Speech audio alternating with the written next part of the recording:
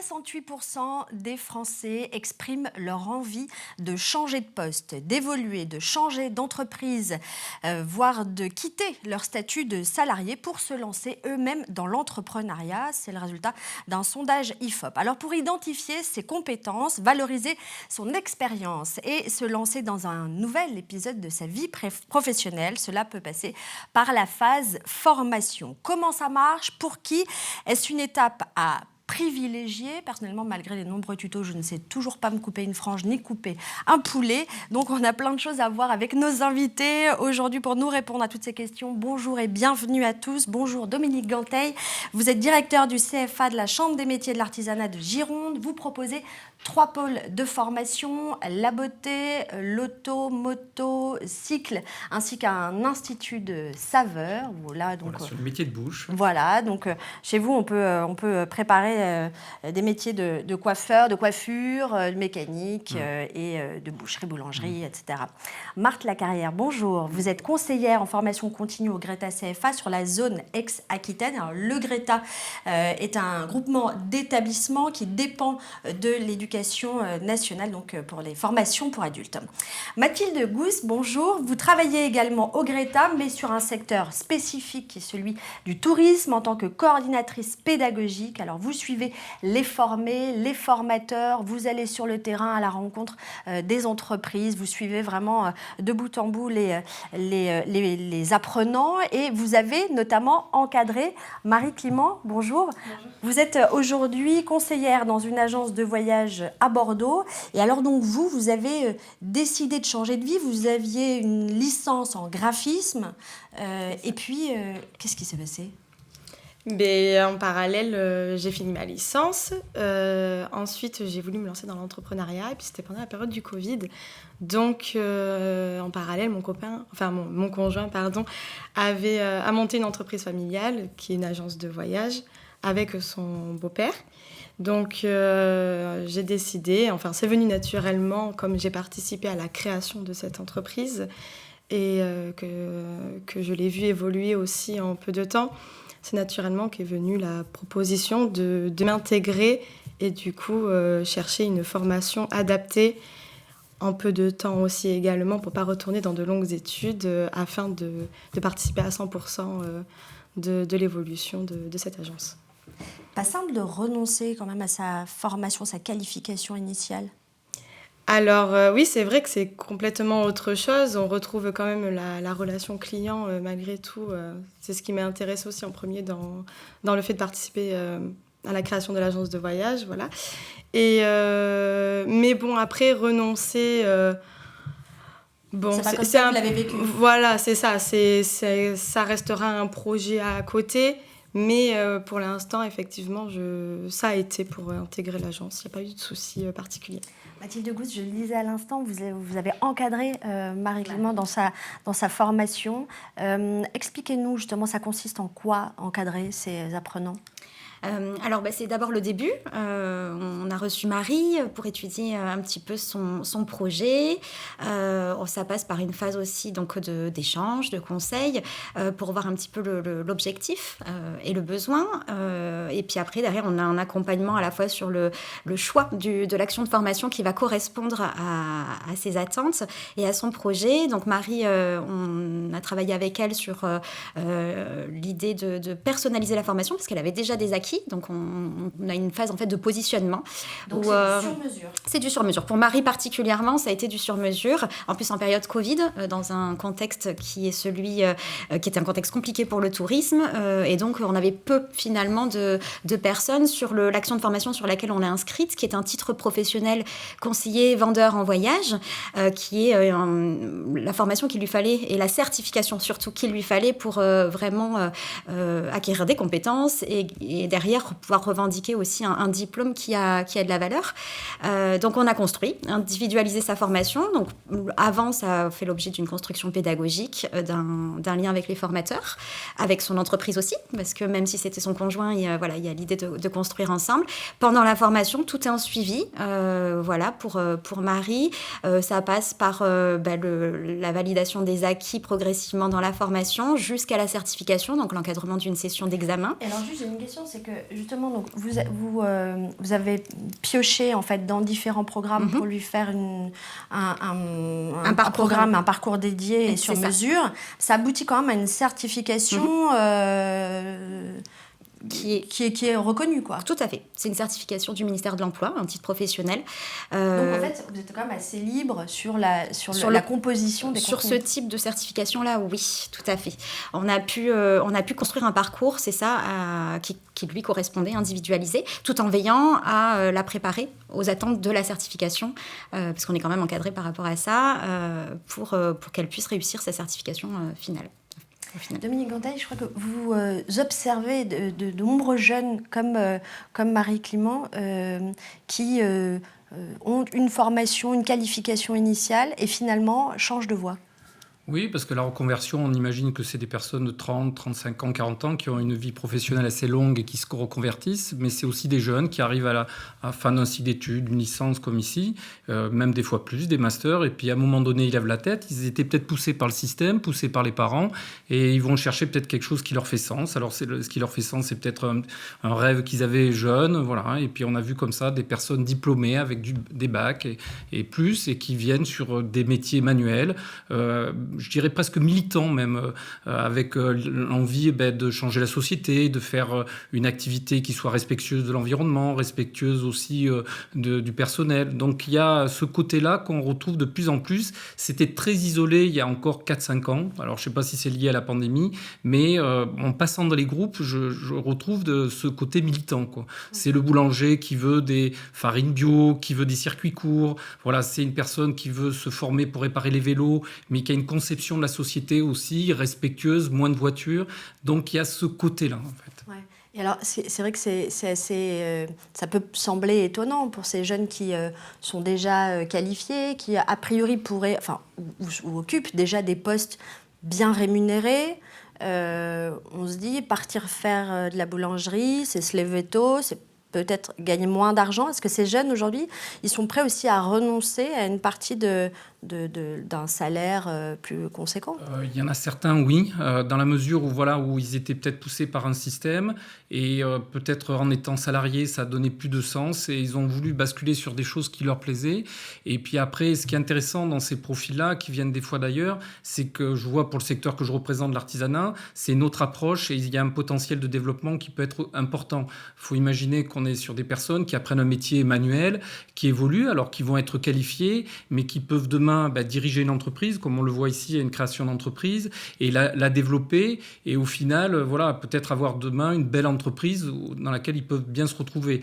Après, c'est vrai qu'il y a ce côté un peu idéaliste qu'il peut y avoir sur les circuits courts, mais ce côté idéaliste peut rejoindre aussi cette notion de marché, cette envie des consommateurs, et en faire une activité viable, rentable. Alors, la rentabilité, peut-être, je ne sais pas, est-ce que c'est aussi ce qu'on peut observer chez les apprenants où finalement, ils ne cherchent pas avant tout à gagner de l'argent, mais vraiment aspirent à une nouvelle vie professionnelle? Oui, enfin, c'est ce qui a été évoqué, en fait, c'est donner du sens à... C'est ce que vous remarquez, vous aussi? Oui, exactement, en fait, parce que finalement, on s'investit dans ce qu'on aime, dans ce qui prend corps et prend sens pour nous. Et donc, de plus en plus, effectivement, c'est prégnant cette volonté de vouloir faire... De donner du sens, et pas forcément de gagner beaucoup d'argent. Non. Voilà, pas forcément gagner beaucoup d'argent, effectivement. Racontez-nous, quel est le parcours de quelqu'un qui a envie soit d'évoluer au sein de son entreprise, soit de complètement changer de métier? Qui est-ce qu'on va voir? Comment ça marche? D'accord. Alors, pour le Crétacé AFA Aquitaine, en fait, on a un mode de fonctionnement qui est à la fois, on s'appuie en fait sur des ressources humaines, et notamment 54 conseillers en formation continue, mais j'en parle parce que vraiment, ce sont des gens experts et qui sont en capacité d'écouter. C'est-à-dire que c'est la première personne qu'on rencontre quand on arrive chez vous? Alors, généralement, c'est la première personne. Ça peut être aussi des coordonnateurs, coordonnatrices pédagogiques, exactement comme Mathilde. Donc, ils forment un binôme. Mais l'idée, c'est qu'il y a une porte d'entrée. Il y a un expert qui est à l'écoute. Voilà, c'est vraiment un peu un arrêt sur image. On tient compte de la personne que l'on a en face. Donc, ça peut être un employeur, un salarié, un demandeur d'emploi. Vraiment, on a tout public. Et l'idée, c'est en fait d'écouter et de tenir compte, en fait, alors à la fois de ses contraintes, contraintes à la fois de son projet professionnel. Et c'est vrai qu'on a la chance au Greta CFA Aquitaine de proposer une palette de formations dans plus d'une dizaine de secteurs. Donc c'est vrai qu'on peut piocher quelqu'un qui vient nous voir avec une idée en pensant de travailler dans le tertiaire. Si on sent que c'est plutôt un autre secteur, eh bien on va l'orienter. Et aussi, en fait, parce qu'on parle de formation, mais la formation comprend aussi des bilans, des dispositifs, comme le bilan de compétences, parce que des fois, il y en a qui arrivent effectivement en ayant une idée un petit peu floue. Donc on va l'accompagner, on va faire un bilan de ses compétences et ça va lui donner... Excusez-moi, oui. S'arrêter quelques Oui. instants sur ce bilan de compétences Voilà, dont on parle beaucoup, mais finalement, on ne sait pas trop comment ça se passe, que je coche des cases, Non, j'aime pas ci, du j'aime tout. ça. Non, c'est vraiment, en plus, il y a des gens experts en face d'eux, ce sont des conseillers qui sont spécialistes du domaine et qui à la fois, en fait, sont en capacité de faire émerger, de faire parler l'individu, et à la fois, ces personnes ont une connaissance de l'orientation. Donc, l'idée, c'est de faire émerger, en fait, les points forts de la personne, et finalement, là où cette personne pourrait le mieux, justement, réussir. Donc, le bilan de compétences peut être une étape importante avant de démarrer vraiment une action de formation. Il y a la VAE aussi. Donc la validation des acquis. Validation des acquis, l'expérience, très important aussi. Là, en fait, c'est des profils un peu différents. On peut avoir une personne, effectivement, qui a suivi une formation dans l'initial et qui, après, développe une expérience. Là, c'est un peu l'inverse. C'est une personne qui a peut-être eu un parcours de formation initiale, mais qui est rentrée, en fait, dans la vie active, qui a développé des compétences, alors, quel que soit le secteur, et qui, à un moment donné, a envie de faire valoriser cette expérience au travers d'un diplôme. J'ai toujours entendu dire que c'était hyper compliqué, la VAE, de moins en moins. La démarche. De moins en moins. D'accord. Et en fait, vous avez le choix. C'est-à-dire que vous, si vous voulez faire une démarche de VAE, vous pouvez choisir de ne pas être accompagné. Et c'est là où ça peut devenir un peu compliqué. C'est pas qu'on pousse à la consommation, mais là, il faut accompagner. Et donc, on propose ce bilan pour préparer les dossiers. Et là aussi, il faut faire émerger dans une expérience, par exemple, de 15 ans, vraiment les compétences prégnantes et surtout être en capacité de les associer à un diplôme. Donc, alors, c'est ça, à partir de combien d'années environ on peut se dire qu'on peut se lancer dans cette démarche de VAE? Un an d'expérience. Ah oui, un an suffit. Oui, à un moment d'accord. donné, c'était donc oui, tout à fait, toute expérience en fait peut être prise en compte. C'est vraiment l'idée de faire reconnaître l'expérience professionnelle, et de dire que finalement ça vaut un diplôme, voilà. Parce qu'en France, des fois, la place du diplôme est un peu très importante. Mais là, il y a une connexion entre l'expérience professionnelle et les diplômes. Donc voilà. Donc juste dire que finalement, on a la capacité par cette palette de prendre les briques, les conseillers en formation quand ils font ça, et finalement, ils constituent des parcours, et presque des parcours qui sont quasiment à chaque fois sur mesure, parce qu'on va solliciter la VAE, on va solliciter un module de formation, on va plutôt orienter vers de l'alternance. Mais voilà, là, ils ont toute cette palette-là, et en fonction de la personne qu'ils ont en face, ils vont proposer un parcours. Comment ça s'est passé pour vous, Marie-Clément? J'imagine que c'est quand même pas simple, quand on a démarré sa vie active, de dire, allez, faut retourner en classe. Oui, c'est vrai, j'avais beaucoup d'appréhension par rapport à ça, comment ça va se passer, parce que scolairement, dans le passé, après c'est un peu comme la plupart des personnes, hein, on a envie de finir les études et de s'engager, et là il a fallu que j'y retourne, et en fait ça s'est très très bien passé. Vraiment, il y avait rien à dire, c'était intéressant, puis j'étais aussi sûrement la plus âgée quand j'étais dans la partie des cours avec les BTS tourisme. Donc j'étais avec des petits jeunes. Et alors oui, comment ça s'est passé justement ça? Alors vous êtes, des petits jeunes, vous n'êtes pas très vieilles oui, non plus. Oui, c'est vrai. Voilà. c'est vrai. Vu d'ici, j'ai l'impression que... Mais mentalement, on sentait quand même la différence d'âge au niveau de la maturité. Pourtant je suis pas la plus mature, mais bon voilà. Mais finalement, au niveau de l'intégration, j'ai toujours été quelqu'un de sociable, qui arrivait à parler facilement. Et ils étaient aussi très sympas, quoi. Voilà. Donc c'était intéressant. Et puis les professeurs étaient aussi là pour me mettre en avant et pas me laisser au fond, parce qu'eux, ils se connaissaient déjà. Donc voilà. Mais ça s'est très très bien passé. Et vous avez regardé l'établissement scolaire différemment, le fait d'y retourner Oui. Honnêtement, j'avais pas il y avait des appréhensions que j'avais avant que je n'avais pas là. D'accord. Et puis je me suis dit, de toute façon, je me suis engagée dans quelque chose, j'étais motivée je voulais vraiment le faire. Ça avait vraiment du sens pour vous. Voilà, c'était pas y aller parce qu'il faut y aller et obtenir quelque chose à la fin pour continuer dans la vie. J'avais choisi ce que je voulais faire, Donc j'y allais, ça se passait bien. Et puis voilà. Ah, ça, c'est vraiment intéressant. Mathilde Gous, ces adultes qui reprennent le chemin de l'école, il faut les suivre tout le long. Il y en a qui, j'imagine, abandonnent en cours de route. Tout à fait. Alors, il y a un enjeu qui est très fort. On le sent et on le sent dès le début. Il ne faut pas que je me trompe. Je suis en train de me reconvertir ou de vouloir valider un diplôme. Je ne suis pas retournée à l'école depuis longtemps. Est-ce que je vais y arriver? On a vraiment des questions qui sont présentes et tout au long de la formation.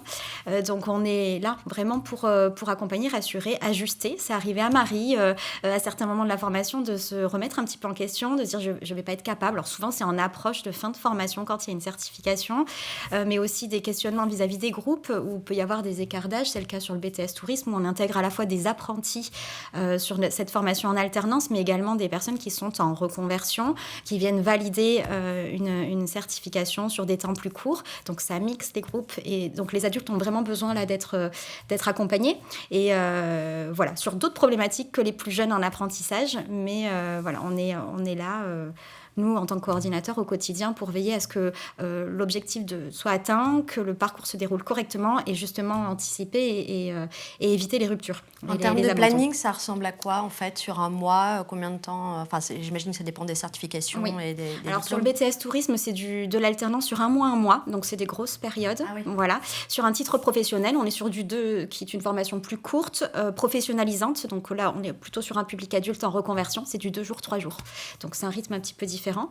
Voilà, donc il y a... Comment ça se passe, vous, au CFA, sur ce temps de formation? Alors, nous, ça dépend des diplômes, pareil, mais on est sur des alternances, une semaine d'école, 2 semaines d'entreprise, une semaine d'école, 2 semaines d'entreprise, pendant une année, ce qui fait qu'on arrive à avoir une rotation assez rapide, et après, ça nous permet de savoir ce qui se fait aussi en entreprise, d'ajuster notre formation en fonction de ce qui se fait en entreprise. Ah oui, c'est-à-dire que quand l'apprenant évolue dans sa pratique au sein de l'entreprise, il peut après consolider au moment de la théorie, c'est ça? Oui, c'est un peu le principe de l'alternance. La base, nous, c'est de dire je fais en entreprise, je comprends à l'école. Donc, pour savoir ce qui se fait en entreprise, on lui demande, on discute avec lui, on ajuste, on lui fait comprendre.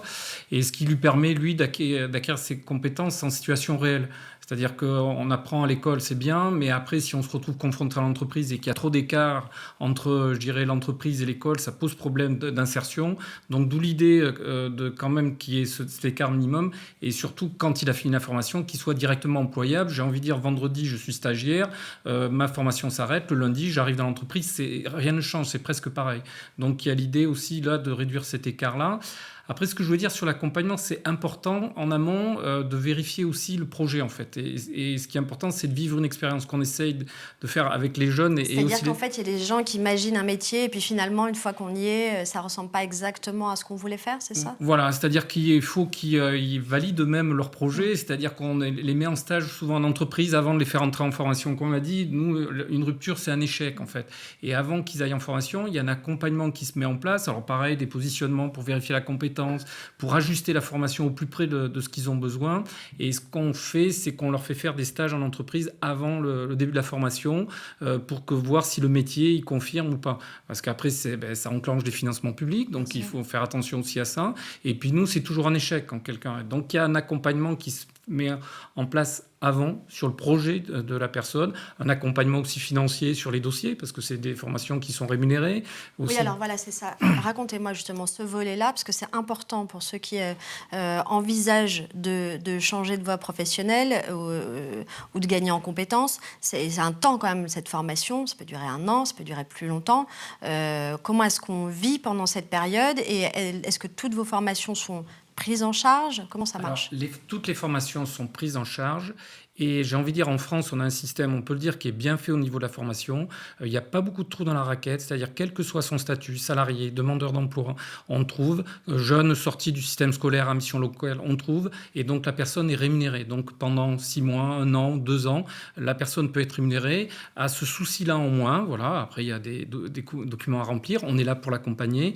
Et donc, cette personne-là se retrouve à se concentrer sur son projet. Donc, ça fait déjà un souci en moins. Rémunérée, c'est-à-dire?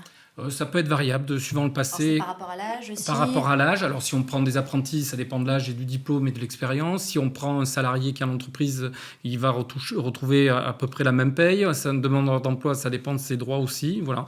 Donc, on a des cas variables. Mais les personnes sont rémunérées aussi pour entrer en formation. Alors c'est important ce volet aussi financier parce que on est tous, autant qu'on est, hyper sollicités par des établissements privés de formation. Difficile parfois de faire son choix dans toutes ces formations. Oui, c'est difficile.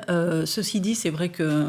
Alors, je vais parler de la partie qualité parce que faut savoir que la formation professionnelle existe depuis 1971, je ne dis pas de bêtises, mais on a depuis 2 ans, en fait, l'obligation d'être labellisé, tous les organismes de formation.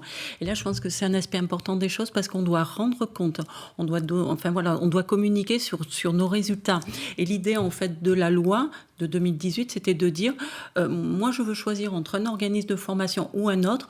Les organismes de formation doivent communiquer tout un tas d'indicateurs, ce qui va permettre à la personne de dire, tiens, là, le taux de satisfaction est supérieur, ou le taux d'insertion, ou le taux de réussite à la certification est supérieur, je vais plutôt choisir tel organisme plutôt qu'un autre. Donc, ça a fait du bien à tous les organismes de formation, et ça allait dans l'idée, justement, de pouvoir aiguiller, en fait, la personne qui recherche une formation. Donc, il ne faut pas hésiter à se renseigner, il ne faut pas hésiter à poser des questions, il ne faut pas hésiter. Et comme disait M. Gantaille aussi, c'est vrai que sur la partie accompagnement, on a des experts qui accompagnent sur tous les aspects administratifs, financiers, parce que c'est vrai que ça peut paraître un peu compliqué de l'extérieur, même nous, des fois. Voilà. Donc, il faut aller à la pêche à l'information, il faut se renseigner, il faut se questionner, il faut questionner l'organisme de formation sur ses résultats. Et l'organisme de formation doit être en capacité de vous donner, par exemple, sur un diplôme, les taux de réussite, les taux d'insertion, etc. C'est important. Ouais, voilà. Alors c'est en effet important. Oui. La concurrence, on le dit, est forte dans le domaine de la formation. Oui. Il faut savoir aussi rester en veille, parce qu'il y a plein de nouveaux métiers à venir. Oui. Et on a parfois l'impression que sont des secteurs qui sont tout de suite saisis par le privé. Mais pas forcément. C'est-à-dire que vous arrivez quand même à être en veille et à proposer des formations, notamment dans le numérique, par exemple. Oui, complètement. C'est que là aussi, on s'appuie sur les conseillers en formation continue, qui en fait sont experts dans leur domaine. Donc, au travers des observatoires, au travers de leur échange avec les entreprises, parce que c'est que ça, c'est de la relation auprès des institutions, du conseil régional, en fait, des OPCO, sur la partie observatoire, les branches. Donc, il y a vraiment une connaissance à la fois du terrain, d'ailleurs, parce que d'un territoire à un autre, les métiers attendus peuvent être différents, mais voilà, c'est vraiment cette expertise qui permet à la fois de dire je propose des formations à court terme, en fait, pour les besoins actuels, mais aussi pour les besoins futurs, en fait. Donc, ils sont en prospective. Voilà, c'est obligé. Voilà, c'est vrai que... alors donc, quelle formation, par exemple, qu'est-ce qui peut être proposé alors, vraiment, c'est très variable. C'est vrai qu'on a... Alors, c'est vrai que depuis de nombreuses années, maintenant, c'est le numérique, en fait, qui avec tous ces métiers, avec des thèmes, des noms à l'anglaise, et voilà. Mais c'est vrai que ça... Alors, à la fois, toutes les formations existantes ont une part de digitalisation qui est importante. Il y a vraiment une révolution à ce niveau-là. Voilà, il n'y a pas un métier qui n'est pas impacté. Et après, il y a des métiers purs, en fait, liés surtout quand même au numérique. Il y a pas que, mais... de demandes. Enfin, il y a beaucoup d'offres d'emploi dans ces secteurs. Oui, alors ça donc, reste... c'est très bien aussi que vous puissiez former... Et adapter l'offre de formation, parce que l'offre de formation du Greta CFA Aquitaine, d'il y a 10 ans, d'il y a 20 ans, n'est absolument pas la même qu'aujourd'hui. Heureusement d'ailleurs, parce que je crois qu'on ne serait plus là. Donc c'est toujours en mouvement et s'adapter finalement au contexte économique. En permanence. Mais ne pas oublier les publics qui peuvent être éloignés de l'emploi. J'en parle un petit peu aussi. On peut être dans des aspects innovants, mais le Greta CFA Aquitaine a à cœur en fait d'accueillir tous les publics. Et on a des publics qui des fois sont très en difficulté sur les savoirs de base. Donc voilà, c'est pas un secteur professionnel à proprement parler, mais c'est ce qu'on appelle nous le socle de base. Et en fait là aussi, ça peut être une brique pour quelqu'un d'abord cette formation-là avant de commencer une formation diplômante ou avant de faire autre chose. Oui, c'est ça. Alors, comment ça se passe après, une fois on s'est finalement relancé dans une formation, on se dit génial, j'adore apprendre, j'ai oublié mes mauvais souvenirs scolaires. Et généralement, on les arrête plus après. Vraiment, surtout quand il y a eu peut-être des fois un échec scolaire sur la partie initiale, ils reviennent, ils réussissent et là, ils disent, mais... Et là, on ne les arrête plus. Ils veulent continuer. Vraiment, et c'est souvent très émouvant d'ailleurs quand on remet des diplômes à des adultes qui, en fait, c'est le premier diplôme qu'ils obtiennent ou une certification. C'est souvent très émouvant parce que pour eux, c'est quelque part une revanche aussi. Et pour nous, on est aussi content de donner une image en fait et de réussir. Mais on a ces publics-là et pour nous, c'est important de les accueillir et oui, on les arrête plus après. Génial. Mathilde Gousse, on parlait de secteurs qui recrutent. Alors dans le tourisme, puisque c'est celui pour lequel vous êtes coordinatrice pédagogique, est-ce qu'il y a du travail en ce moment ? Alors, parce que ça repart. Ça repart complètement sur le tourisme. Je dirais même plus globalement sur la branche hôtellerie, restauration, tourisme. On est sur un secteur qui est même tendu en termes de plus d'offres que d'emplois. Quel type de poste ? Alors, sur la branche restauration, c'est du service, même en cuisine.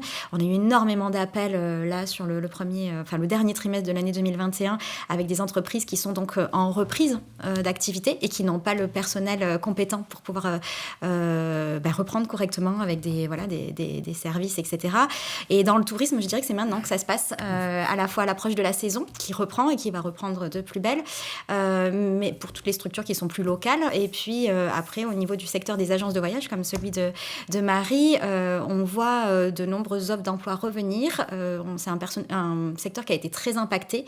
Des entreprises qui ont dû fermer, pour certaines qui sont restées, se sont séparées de leur personnel, ou des personnes qui ont décidé elles-mêmes de se reconvertir pour autre chose. Et donc aujourd'hui, sur une reprise qui est bien réelle, on a de nombreuses offres d'emploi qui nous arrivent avec des recrutements, que ce soit sur de l'apprentissage ou même sur des contrats CDD, CDI, qui ne trouvent pas preneur, ce qui n'était jamais arrivé. Donc on est vraiment sur un secteur qui reprend, vraiment. Dominique Gantaille, une formation professionnelle, se former tout au long de la vie à un autre métier, comme on l'a vu, ou améliorer ses compétences dans sa propre qualification. Passer par la formation plutôt que de se dire, finalement, je peux y arriver seule, je peux me lancer seule dans ce métier. Passer par la formation, aujourd'hui, c'est vraiment ce qui va permettre, par exemple, de rentrer en contact avec des entreprises qui recrutent sur des contrats d'apprentissage. Oui. Disons que ça peut être un peu plus hasardeux et perte de temps aussi, parce que le faire tout seul, est-ce qu'au bout, on sera employable ? Après, j'ai envie de dire, c'est tous les services qui sont proposés autour. On a parlé de l'accompagnement aussi avant l'entrée en formation pendant. On a pas mal de créateurs aussi dans ces formations-là. Donc, il y a un accompagnement à la création ou la reprise d'entreprise. On a les services de la Chambre, par exemple, qui le proposent. Donc, c'est aussi un moyen, là, c'est peut-être ce qui s'est passé, de pouvoir aider à étudier le marché, monter son plan de financement pour après créer sa boutique. Voilà. Et après, c'est vrai que nous, on le fait sur les métiers qui sont les nôtres, parce qu'on parlait de veille. Les marchés évoluent, les besoins des consommateurs évoluent et les entreprises évoluent avec. Et nous, centre de formation, on est obligé d'évoluer avec un secteur, pour nous, l'automobile, par exemple, l'évolution technologique est importante. Il y a des nouveaux modules qui se mettent en place. Dans les formations, même longues, qui sont proposées, on fait du véhicule électrique, du véhicule hybride. Tout ça pour coller, je dirais, au marché et éviter ce fossé-là.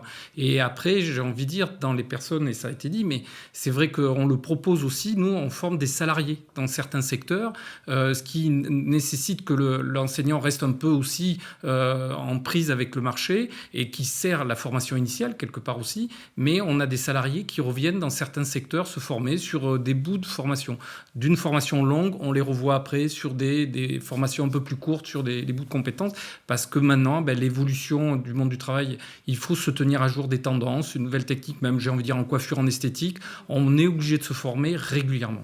Et alors ça, les employeurs, ils vont dans ce sens-là aussi, c'est-à-dire qu'ils permettent plus facilement à leurs salariés de se reformer tout au long de la vie. Alors même si parfois, on peut aussi demander une formation qui n'a rien à voir avec le poste qu'on occupe. Alors sur le métier, ils sont peu obligés, parce que s'ils le font pas, ils peuvent se trouver en difficulté sur long terme. Ne serait-ce que même un métier traditionnel, les métiers qu'on a chez nous, ils existent depuis plus de 100 ans, donc il a fallu toujours évoluer. Et manquer le coche, c'est peut-être dans 2-3 ans être en difficulté, ne pas proposer le bon produit aux aux consommateurs.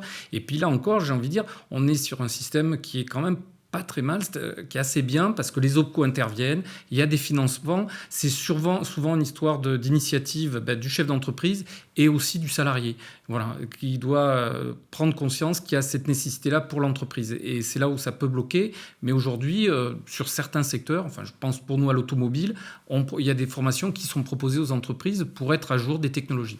Et des formations constructeurs tout à fait en phase avec les véhicules d'aujourd'hui, par exemple.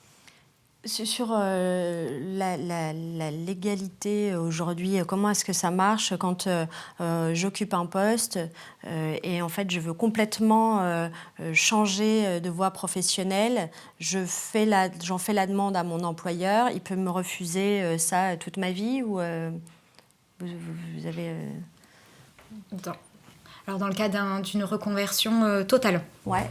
Il y a la possibilité de faire un CPF de transition professionnelle, par exemple, pour un salarié qui envisagerait de changer complètement de voie. Ouais. Le demandeur en fait la demande, présente ça à son entreprise qui peut reporter le délai, mais ne peut pas refuser à terme le choix si la personne est éligible à ce dispositif de CPF de transition professionnelle.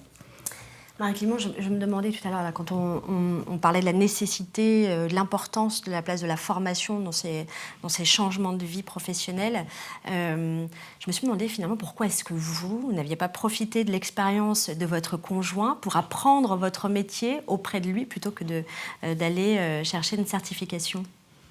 Eh bien, tout simplement parce que, déjà, quand j'ai voulu me refaire une réorientation, c'était pas trop la période. Et puis, le peu d'expérience que j'aurais pu acquérir à l'agence, si jamais j'avais décidé de ne pas faire de formation et plutôt de me former sur place, ça n'aurait pas été dans les exigences que j'aurais dû avoir par la suite pour répondre à la demande de la clientèle. Voilà. Et aussi, il y a beaucoup de choses à savoir, à apprendre. Et du coup, Ça donne confiance aussi, peut-être, j'imagine que... Aussi, voilà, il y a ce côté d'avoir une certification aussi, de se dire, je sais, je suis là, je peux très bien faire ça. Quand on a eu des soucis par rapport au Covid, des choses comme ça, j'ai connu que ça de toute façon. Je savais quoi répondre, je savais ce que je pouvais dire, ce que je pouvais pas dire.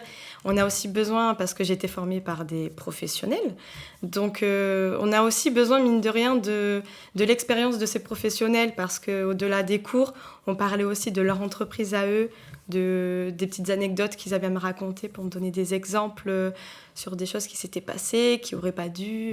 Voilà, du coup, il y avait plein de choses aussi à récupérer du côté humain. C'est important ça, Mathilde Goussin, ces échanges d'expériences, oui, tout à fait. de réalité. C'est ça, c'est au sein de nos formations, que ce soit le BTS Tourisme, le titre pro ou même d'autres modules de formation en tourisme, on veille à ce qu'il y ait une mixité dans les intervenants, dans les formateurs. Donc Marie, elle a eu une équipe de formateurs à la fois constituée un petit peu de professeurs de l'éducation nationale, qui apportent des notions un petit peu plus théoriques par rapport à son parcours à elle, et puis des professeurs, des formateurs qui étaient également des formateurs issus du monde professionnel, qui basculent dans la voie de la formation et qui partagent leur expérience. Et donc on voit qu'elle en a tiré de nombreux enseignements, exemples, illustrations concrets du terrain, et qu'elle pourra transposer ça dans son quotidien. Je le disais au début de cette émission, il y a beaucoup de gens qui ont envie d'évoluer, de changer de poste, de se mettre à leur compte. Est-ce que vous le percevez, un engouement dans vos centres de formation actuellement, de gens qui veulent vraiment, on l'a dit, notamment donner du sens, mais qui ont vraiment envie de tourner une page professionnelle ? Alors, une tendance, on a des situations, en tous les cas, aussi pour répondre à votre interrogation un peu précédente sur le fait que la formation reste un levier de promotion, finalement, d'évolution professionnelle. Ça reste le cas. Je voulais peut-être préciser que, parce qu'aussi les méthodes d'enseignement ont évolué, voilà, on ne forme plus. C'est-à-dire Ce que je veux dire, c'est que maintenant, on est vraiment dans un échange avec le stagiaire, avec l'apprenti. Voilà, c'est pas un cours magistral. Vertical, c'est un échange. Voilà, ce que je veux dire, c'est qu'on n'est plus du tout dans ce qu'on pourrait penser ou imaginer. Enfin, je ne sais pas si certains ont cette représentation. Donc, en fait, les techniques d'apprentissage, sans rentrer trop dans le détail, ont évolué. Et c'est ce qui permet, il me semble que la formation reste en fait un levier important. Il n'y a pas que ça, mais d'évolution professionnelle. C'est pour ça que je crois que les gens ont encore le réflexe de suivre une formation. Alors après, peut-être pour entreprendre, peut-être pour devenir son propre patron, mais alors là, on touche cet esprit d'entrepreneuriat que les jeunes ont envie, parce que c'est valorisant aussi d'être son patron. Mais ils ont changé, ces profils justement de jeunes qui se lancent, c'est-à-dire qu'ils veulent aussi respecter, ils veulent aussi mettre du sens dans ce qu'ils proposent. Oui, ces notions de RSE, responsabilité sociétale et environnementale, aussi les notions de qualité de vie au travail. Là aussi, on se tue pas au travail. Il ne faut pas que le dénoncer, ils le proposent aussi aux complètement. autres. Et ils ont envie de ça, et s'ils ne le trouvent pas, en fait, ils ont presque envie de créer ce monde-là, mais il existe. Mais des fois, c'est ce qui peut être motivant chez eux. Et encore une fois, peut-être le côté devenir son patron et valorisant socialement peut-être aussi. Oui. Moi, je veux rebondir un peu sur ce qui avait été dit, en fait, en disant c'est un levier, mais au-delà de ça, il y a une liberté, en fait, à passer aussi une certification. C'est-à-dire que dans un cadre, apprendre un métier, dans une entreprise, avoir cette certification, ça permet aussi d'évoluer ailleurs. D'avoir un champ plus large dans son activité. Et moi, en ce qui me concerne, je considère que là, pour ces jeunes et moins jeunes, c'est une liberté un jour de pouvoir partir et de changer d'entreprise parce qu'on a une connaissance du secteur. Que si on ne fait pas de formation, ça va être une vision un peu plus restreinte. Sécurise en fait. Voilà. Et c'est vrai qu'après, sur les métiers, honnêtement, sur le métier de l'artisanat, même sur des jeunes de 17-18 ans, peut-être parce qu'il y a un modèle de patron de petites entreprises, le modèle de la création d'entreprise, il est là. Sur une classe de boulanger, même en coiffure, moi, je peux demander dans une classe, je suis sûr que je vais avoir 20-30% de gamins de 17-18 ans, ça peut monter à 50-60% sur des jeunes qui ont moins peur de se lancer. Je pense parce que, je dirais par nature, c'est des petites entreprises. Moi, je me dis, ils voient leur patron, ils voient ce qu'il fait et ça donne envie, quoi. Et puis, on s'engage dans ces voies-là. C'est un choix qui est fait. Des fois, on fait des choix scolaires. Les parents, les conseillers d'orientation, vas-y, continue, mon petit. Mais c'est de se dire, à un moment donné, je choisis ce métier et à un moment donné, j'ai un projet professionnel. Et je trouve que c'est intéressant dans le public apprentissage comme dans le public des stagiaires adultes. S'ils viennent chez nous, c'est qu'à un moment donné, il y a une démarche. On n'est pas spécialement venu les chercher, ils sont venus vers nous. Nous, on les accompagne après. Et en ayant ces démarches, c'est peut-être pas facile parce qu'il faut trouver des stages d'entreprise. On les aide. Il faut aller voir du monde. Donc, il y a une démarche volontaire. Et derrière, ça veut dire que c'est peut-être des gens qui vont plus facilement s'investir dans l'entreprise, plus facilement en formation.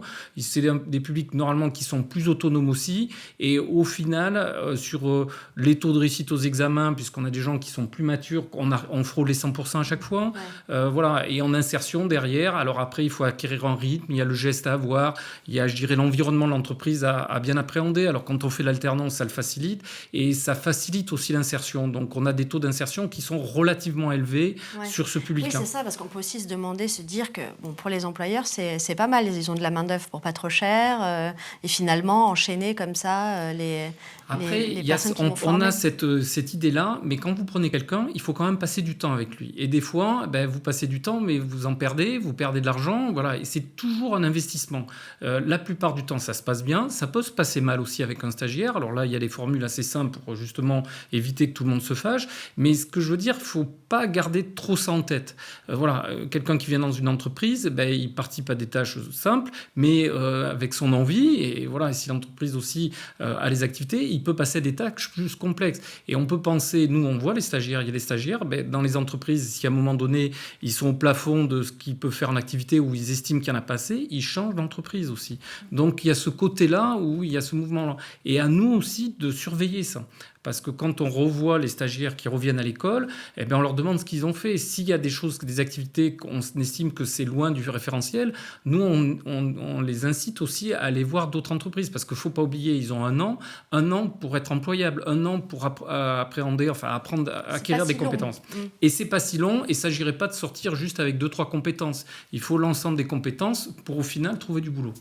Et sur l'engouement, alors, est-ce qu'il y a eu un effet Covid, notamment? Est-ce que vous l'avez senti? Je pense qu'il y a eu Alors, un après, on va parler peut-être de la formation à distance, mais qui a été, du coup, qui s'est généralisée au moment du Covid. Mais est-ce que vous sentez... Il y a eu un mercato, en fait, sur le marché du travail. Voilà. C'est-à-dire qu'on on change plus facilement.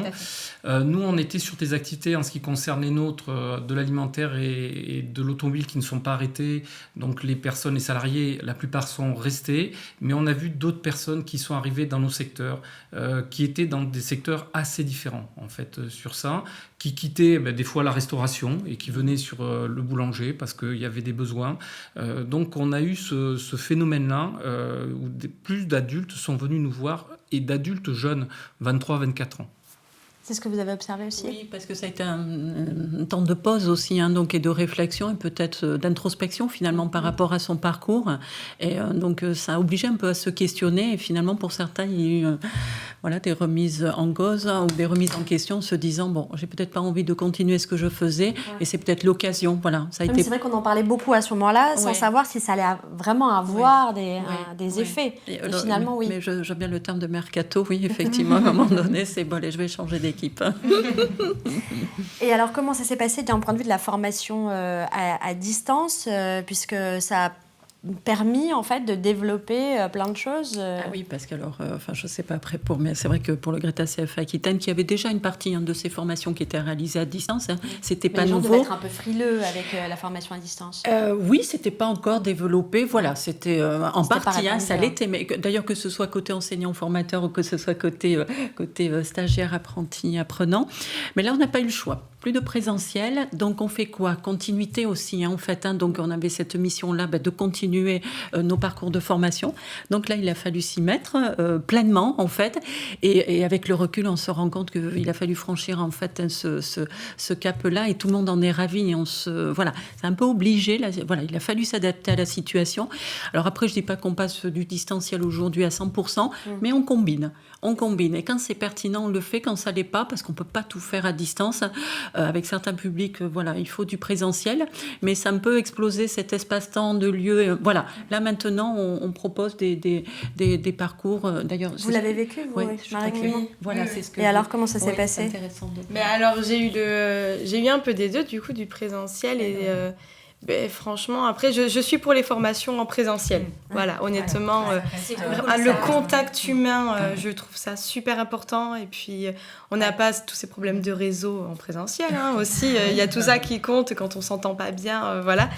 Et après, le combiné des deux, on n'avait pas trop le choix. Mais en soi, ça s'est très très bien passé. Il n'y avait rien à dire. J'étais bien encadrée par le Greta de toute façon. Donc voilà. On l'a bien compris. Voilà. J'étais très contente.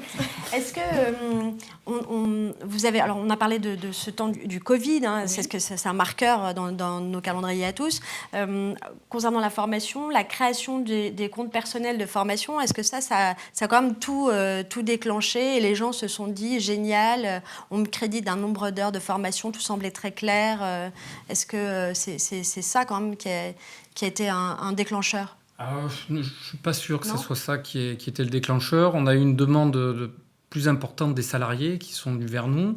Alors pareil, on étudie le projet, mais je ne pense pas que c'était lié au CPF particulièrement. C'est sur ce qu'on a dit avant, en fait, sur cet aspect-là. Une aspiration à voir autre chose, à faire autre chose, et qui se poursuit encore, j'ai envie de dire, parce que là, on a encore pas mal d'appels téléphoniques de personnes qui, là, je pense à un cas particulier d'un certain âge, 50 ans, bien réussi dans la vie, bien installé, avec des enfants aussi bien installés, et un choix radical de passer sur quelque chose qu'il apprécie pour finir sa carrière, en fait.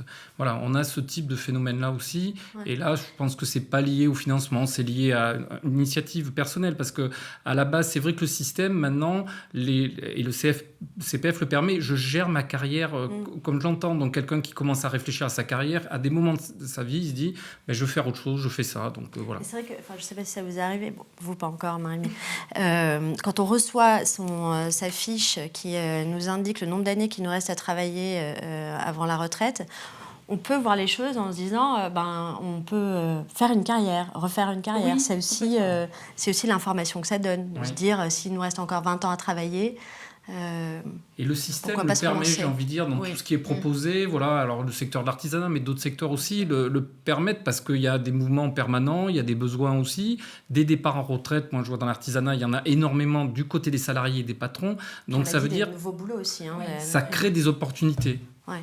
Oui, c'est ça, de nouveaux métiers, de nouveaux secteurs d'activité. Mais c'est vrai que c'est important ce que vous dites, qu'il n'y a pas d'âge en fait pour se former. Justement, ça redonne un nouveau souffle finalement à une carrière professionnelle. C'est vrai que maintenant, on ne fait plus la même chose pendant des années, mais c'est vrai qu'il ne faut pas hésiter s'il y a un message à faire passer.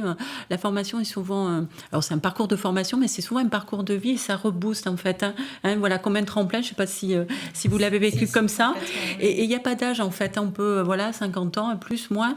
se dire à un moment donné, si on tourne un peu en rond, en fait, la formation est souvent vraiment un booster et donne un élan à nouveau à une carrière professionnelle. Alors les formations de courte durée ont un impact un peu moindre, mais moi j'invite vraiment tout le monde à essayer de se poser, à prendre un petit peu de recul, développer des compétences et un nouvel élan. Vraiment, je le vois comme ça en fait. Merci beaucoup pour tous vos messages positifs et d'espoir. Merci à vous de l'avoir regardé. Si vous avez manqué le début, rendez-vous sur sudouest.fr.